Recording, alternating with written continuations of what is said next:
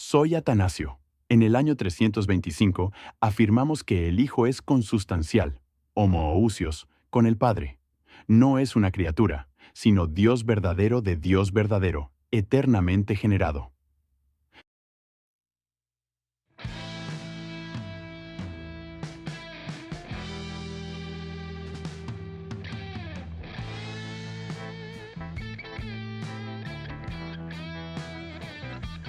¿Qué onda, Chabelos? A ver, vamos a hacer un pequeño test de conocimientos sobre San Atanasio. Entonces, pues, deseenme mucha suerte. Vamos a ver.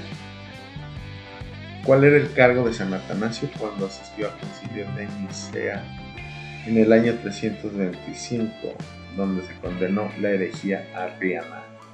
Era obispo de Alejandría, diácono, sacerdote y monje del desierto. Pues era bastante joven, entonces yo supongo que era diácono. Bien. Según el texto Vida de San Antonio, ¿qué acción inicial tomó Antonio, inspirado por un pasaje del Evangelio tras la muerte de sus padres? Bueno, pues lo que le dijo Jesús al hombre rico, que vendiera sus bienes y se lo diera a los pobres. Entonces yo creo que es el B.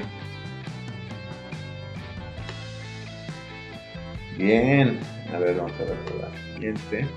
¿Cuál fue una consecuencia recurrente para San Atanasio debido a su firme oposición al arrianismo y a los emperadores que lo apoyaban? El destierro de su sede episcopal en Alejandría, la quema pública de sus escritos teológicos, esta no, ser obligado a debatir con Arrio tampoco, y la excomunión por parte del Papa de Roma. Pues no, porque Roma apoyaba la ortodoxia desde el principio. Entonces es el destierro de su sede episcopal. Bien. Ok, vamos. En sus discursos contra los arrianos, ¿qué argumento usa Atanasio sobre los nombres de los grupos para diferenciar a los herejes de los cristianos ortodoxos? Los ortodoxos se identifican por el nombre de la ciudad de su sede. Pues no. Los ortodoxos adoptan el nombre del obispo local. Tampoco. Los herejes eligen nombres basados en conceptos filosóficos griegos, no, porque el cristianismo ortodoxo pues lo hace, incluso la palabra ortodoxa es un concepto filosófico griego. D. Los herejes toman el nombre de su fundador humano. Esta es. Muy bien. ¿Qué se negó a hacer Atanasio a pesar de ser una orden directa del emperador Constantino, lo que contribuyó a su primer exilio? Reintegrar a Arrio en la comunión de la Iglesia, trasladar su sede episcopal de Alejandría a Constantinopla, eso no, aceptar el término homoousios en el credo de Nicea, pues es totalmente lo contrario, pagar un impuesto especial a los templos paganos, pues no, reintegrar a Arrio en la comunión de la Iglesia, sí, él se negó a reintegrarlo cuando era obispo en Alejandría. Entonces es esta. Bien. Vamos bien. La que sigue. Además de sus obras antiarrianas, San Atanasio es célebre por haber escrito la biografía de una figura fundamental del monacato. ¿De quién se trata? Bueno, pues ya nos la regalaron antes, ¿no? Sobre San Pablo de Tebas, pues no. San Antonio Abad, ese va a ser. Evagrio Póntico o San Pacomio. No, San Antonio Abad. Muy bien.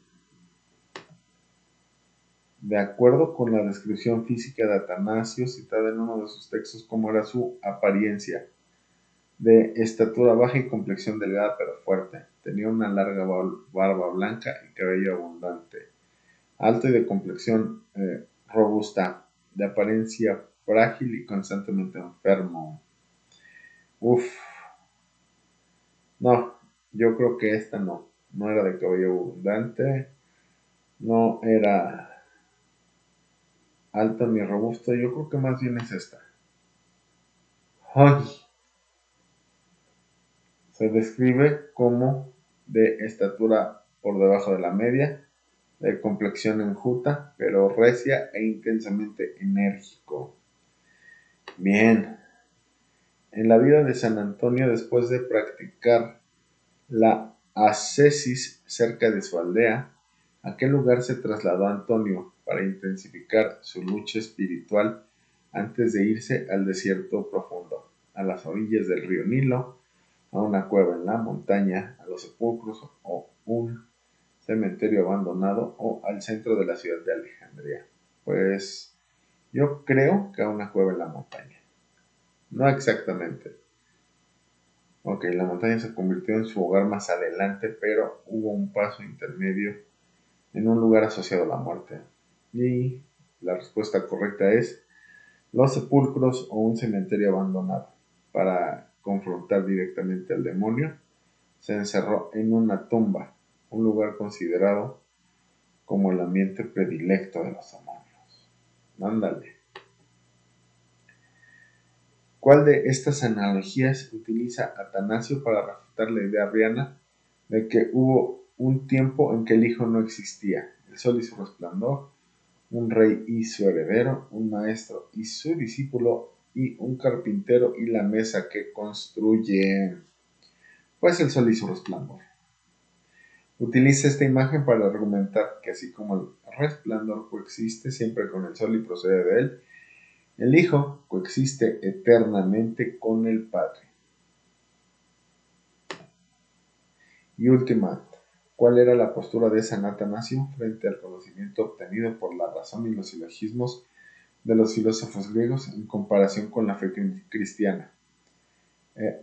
Intentaba fusionar la teología cristiana con la metafísica de Plotino. Sostenía que la filosofía griega era el camino más elevado para conocer a Dios, no lo pudo haber dicho.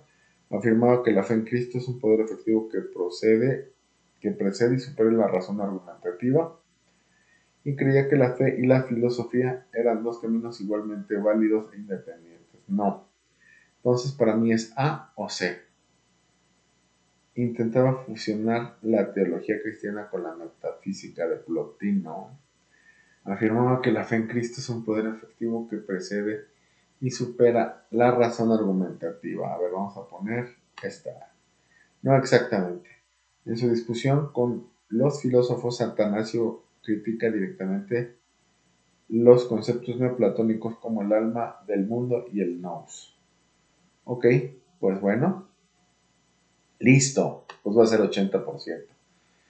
Tengo 80% de calificación en mis conocimientos sobre Atanasio, San Atanasio de Alejandría.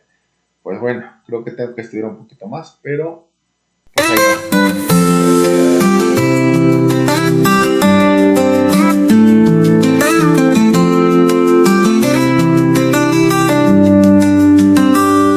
En Egipto nació un día, bajo el sol que ardía sin piedad, Atanasio, nombre fuerte, defendió la fe con dignidad. Ni las sombras ni el olvido pudieron su voz callar. Un león entre los hombres, su misión fue siempre luchar. Oh San Atanasio, guardián de la verdad, tu palabra es escudo, tu fe un baluarte de paz. Oh San Atanasio, eterno en tu lucha, contra el viento y la marea nunca dejaste de amar. En el concilio de Nicea cesó firme sin titular, contra herejías que rugían, su espada fue la verdad. El exilio lo abrazó como un río que no se va, pero su alma era un fuego que ni el tiempo pudo apagar. Oh San Atanasio, guardián de la verdad, tu palabra es escudo, tu fe un baluarte de paz. Oh San Atanasio, eterno en tu lucha, contra el viento y la marea nunca dejaste de amar.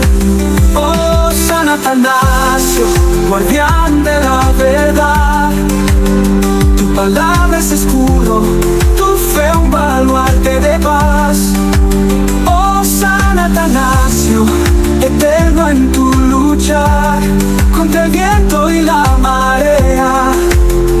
nunca dejaste de amar.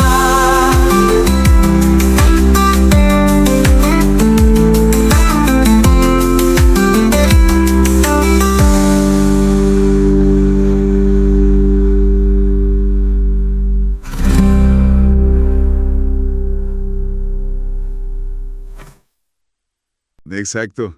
Eso es súper importante. Bienvenidos.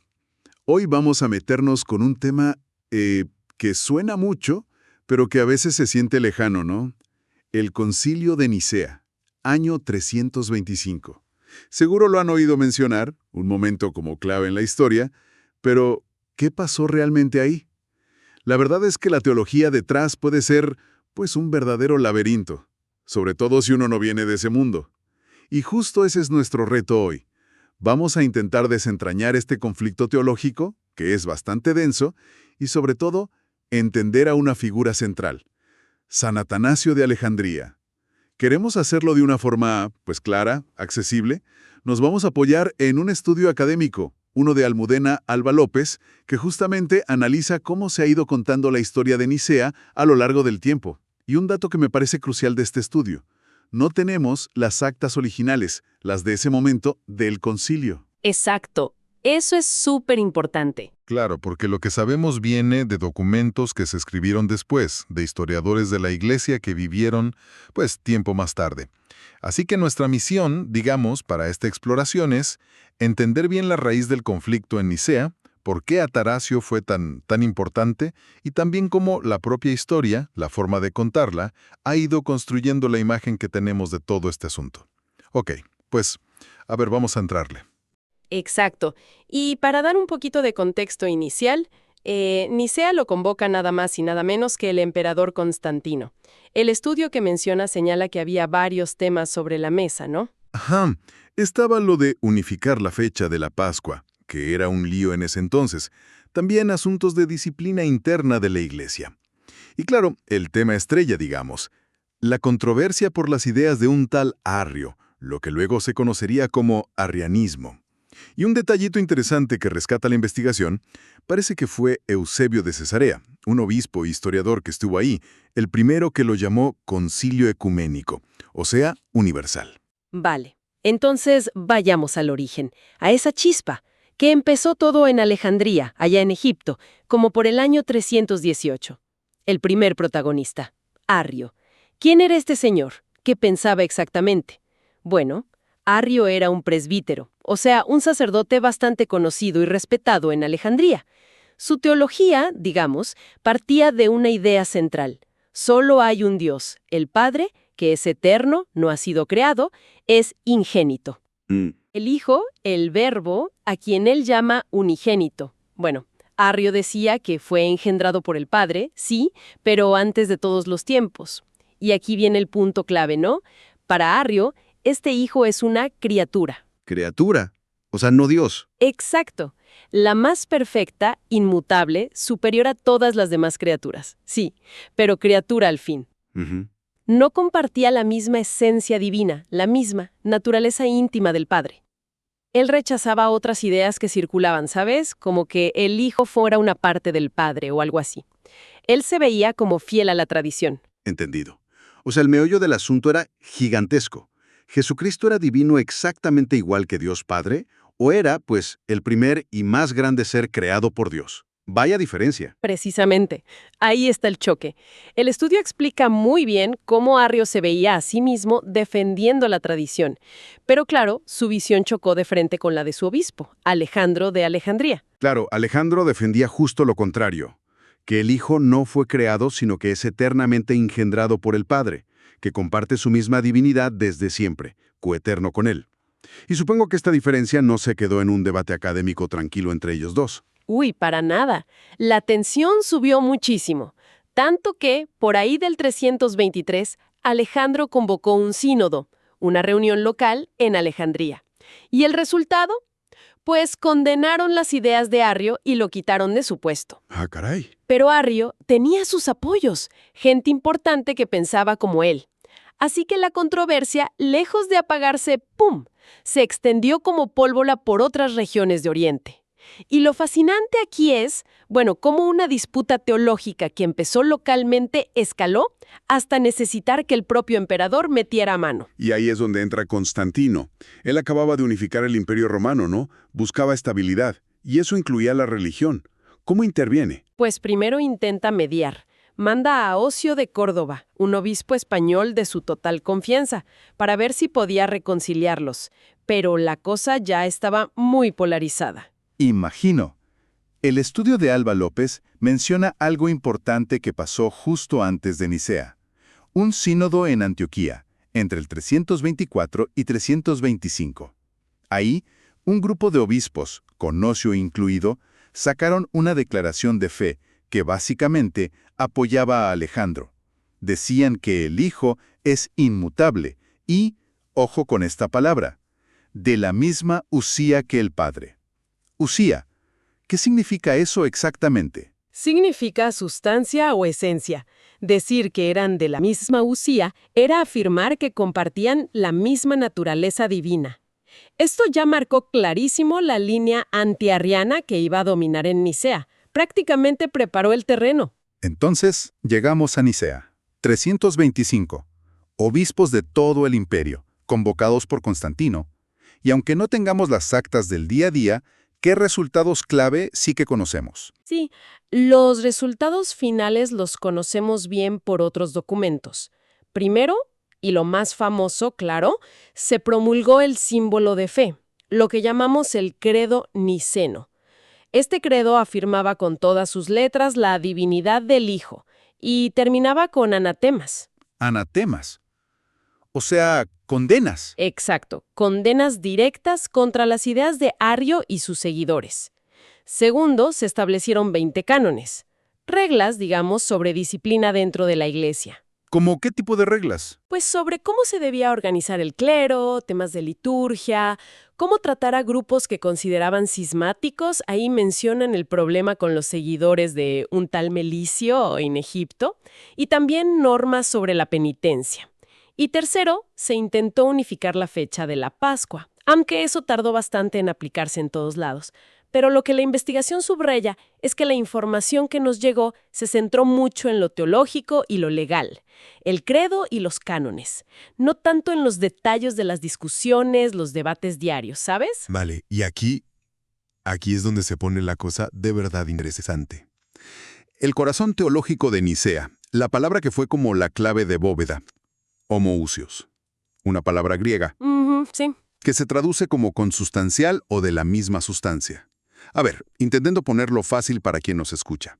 Significaba que el Hijo comparte la mismísima esencia divina, la misma naturaleza, el mismo ser que el Padre. Era la respuesta directa, ¿no? A Arrio, totalmente. Era decir, el Hijo no es una criatura, es Dios en el mismo sentido que el Padre. Punto. Pero, si era la palabra clave, ¿fue aceptada así nomás? ¿Qué va? Esa palabra, homoousios, fue súper polémica desde el minuto 1. El estudio nos da varias pistas para entender por qué. Primero, fíjate, hasta obispos que firmaron el credo, como el famoso historiador Eusebio de Cesarea, tuvieron sus reservas. ¿Ah, sí? ¿Incluso él? Sí. Eusebio escribió una carta a su gente, a su comunidad, justificando por qué firmó, pero explicaba que él no entendía ese término en un sentido materialista, como si Dios fuera algo físico que se pudiera dividir, ¿sabes? Entiendo. O sea, la palabra en sí ya traía como ecos complicados. Exacto. Podía sonar a eso, a materialismo, o podía recordar debates teológicos antiguos sobre figuras que ya habían sido condenadas, como un tal Pablo de Samosata. Además, había riesgo de confusión con otra palabra griega importante, hipóstasis. Hipóstasis. ¿Qué es eso? Bueno, hipóstasis se usa a veces para hablar de las personas divinas, Padre, Hijo, Espíritu Santo. El problema es que en el credo de Nicea, ousia, sustancia, e hipóstasis parecían usarse casi como sinónimos. La distinción clara entre una sola ousia y 3 hipóstasis vendría después, con otros teólogos. Pero en 325, para muchos, esa distinción no estaba nada clara. Vale, confuso. Y un último punto importante. Algunos obispos temían que homoousios sonara a sabelianismo. Sabelialismo. Suena a otra herejía. Sí, era una idea que tendía a difuminar la distinción real entre el Padre y el Hijo, como si fueran solo modos diferentes de manifestarse del mismo ser divino. Entonces, todo esto hizo que, aunque el homoousios fuera la palabra central de Nicea, su aceptación no fuera ni fácil, ni inmediata, ni universal. Ajá. De hecho, y esto es clave como señala la investigación, su uso decayó bastante en las décadas justo después del concilio. La batalla por entenderla, por defenderla, apenas estaba empezando. Eso que dices, que el término decayó justo después de Nicea, suena muy contraintuitivo, ¿no? Si era la palabra clave del concilio, ¿por qué no se impuso de inmediato? ¿Qué pasó ahí? Es una excelente pregunta y toca el corazón de lo complicado que fue el siglo IV. A ver, el concilio lo convocó el emperador, ¿cierto? Y muchos obispos firmaron, pues quizás por esa presión imperial o por buscar la paz de la iglesia, ¿no? Claro, la unidad era importante para Constantino. Exacto, pero teológicamente, la palabra homoousios no tenía una larga tradición de uso aceptado por todos en Oriente. Y como vimos, generaba sospechas, miedos. Muchos obispos preferían usar fórmulas que sintieran más bíblicas o más tradicionales para hablar de la divinidad del Hijo, sin meterse con este término que veían como filosófico, cargado y polémico. Así que la lucha por definir qué significaba realmente ser fiel a Nicea y si eso implicaba sí o sí usar homoousios, duraría décadas. No fue algo automático. Y justo en esa lucha, en esa defensa a capa y espada de Nicea, emerge una figura clave, Atanasio de Alejandría. Él es fundamental para entender por qué Nicea y el homoousios al final sí prevalecieron. ¿Qué sabemos de su papel al principio y cómo fue su trayectoria? Pues mira, el estudio menciona que un historiador posterior, Rufino de Aquileia, cuenta que Atanasio sí estuvo en Nicea. Pero era muy joven, apenas un diácono que acompañaba a su obispo, Alejandro, el que se enfrentó a Arlo. O sea, no fue un protagonista en el concilio mismo. No parece haber sido una figura central durante el concilio. Su verdadero protagonismo vino mucho después. Y lo que define a Atanasio, creo, es esa defensa larguísima, tenaz, incansable de lo que él consideraba la fe correcta, la fe de Nicea. Sufrió un montón de exilios por eso. 5 exilios en total. Imagínate. Eso te da una idea de la intensidad brutal de las luchas teológicas y políticas de esa época. Una vida de conflicto constante. Increíble. La investigación que seguimos destaca 2 de sus exilios como periodos súper importantes para su trabajo teológico defendiendo a Nicea. El segundo, que fue más o menos del 338 al 346, y sobre todo el tercero, entre 356 y 362. Durante ese tercer exilio, gobernaba el emperador Constancio II, que apoyaba a obispos con ideas diferentes, a los que a menudo se les llama eusebianos o semiarrianos. Fue en esa época de confrontación directa cuando Atanasio se dedicó a escribir muchísimo, defendiendo con uñas y dientes el Homo Suius. Entonces, ¿cómo describiríamos su papel? ¿Pasó de ser un participante secundario, digamos, a convertirse en el gran campeón de Nicea? ¿Algo así? Exactamente. Se convirtió poco a poco en el principal defensor y el más intransigente de la fórmula de Nicea. Fue justo en esa pelea con el emperador Constancio II y con los obispos rivales cuando Atanasio y la gente que lo apoyaba hicieron del homoousios la prueba de fuego, ¿sabes? El estandarte de la verdadera ortodoxia.